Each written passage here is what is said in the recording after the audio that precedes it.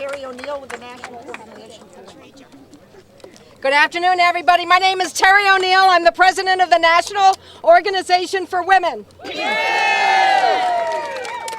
You know, today is Equal Pay Day. That's the day in the new year that women have to work to so that their wages come up to the level of the wages that were paid to their male counterparts last year.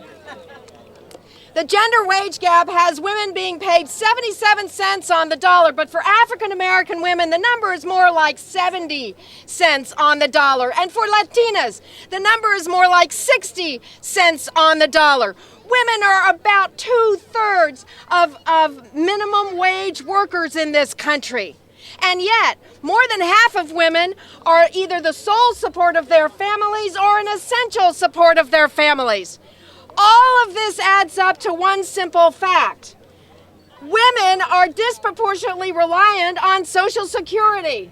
We work longer hours at less pay. We have less savings at the end of our working life. We are more likely to work in jobs that don't offer pensions or health care or even 401ks that Wall Street, by the way, could turn into a casino if it wanted to.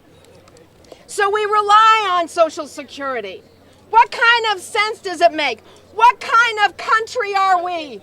When you go and trip up a woman at the end of a race after you've made her run the entire race on the outside lane to begin with.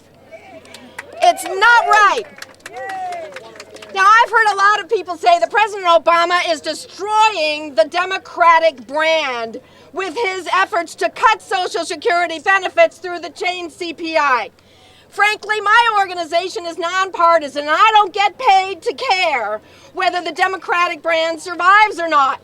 Women were not born Republicans, that's for sure. But women were also not born Democrats, and we absolutely were not born yesterday.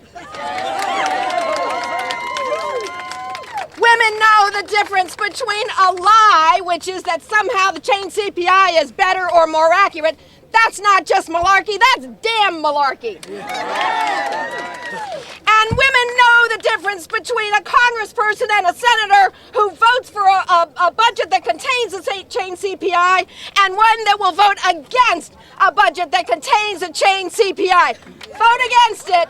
Vote against it. We will remember in November. Thank you very much.